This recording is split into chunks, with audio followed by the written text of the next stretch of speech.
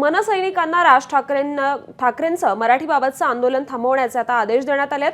राज ठाकरेंनी पत्र काढून आंदोलन थांबवण्याचे आदेश दिलेत। सरकारने बँकांना मराठीचा सन्मान करायला लावायला हवा असं राज ठाकरे म्हणतात। कायदा हाती घेण्याची आमचीही इच्छा नाही असंही राज ठाकरे म्हणाले।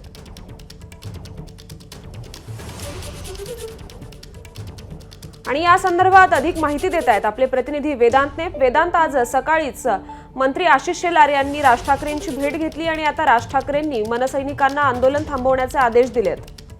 श्रुती, ज्या प्रकारे आपण बघितलं, गुढीपाडवा मेळाव्याला मनसे अध्यक्ष राज ठाकरे यांनी आपल्या मनसैनिकांना काही सूचना केल्या होत्या आणि त्यांनी सांगितलं होतं की बँक आणि आस्थापनांमध्ये मराठी भाषेचा वापर होतो का, कामकाजामध्ये ती वापरली जाते का, हे तपासून बघा। आणि त्यानंतर ठिकठिकाणी राज्यभरात आपण बघितलं मनसैनिक बँकांमध्ये जाऊन हे आंदोलन करत होते आणि मराठी भाषेचा आग्रह धरत होते।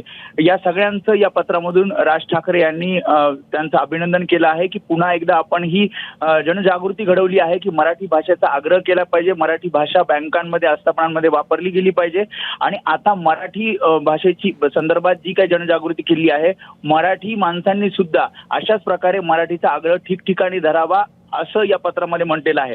त्याशिवाय काल मुख्यमंत्री देवेंद्र फडणवीस यांनी सांगितलं की कायदा यामध्ये कोणी हातात घेऊ शकत नाही आणि कायदा कोणी हातात घेऊ नये, याचा सुद्धा संदर्भ मनसे अध्यक्ष राज ठाकरे यांनी पत्रात दिलेला आहे। त्यांचं असं म्हणणं आहे की कायदा हातात घ्यायची खरं तर गरज नाहीये, मात्र रिझर्व्ह बँकेने जे नियम दिलेले आहेत त्याची अंमलबजावणी सरकारने करून घेतली पाहिजे आणि सर्व बँकांमध्ये मराठी भाषेचा वापर करायला लावला पाहिजे।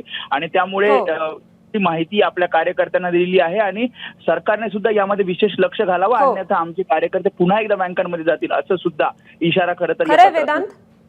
तर मनसे अध्यक्ष राज ठाकरे यांनी दिलेले हे आदेश महत्त्वाचे आहेत। धन्यवाद आपण दिलेल्या या सविस्तर माहितीसाठी। एबीपी माझा, उघडा डोळे बघा नीट।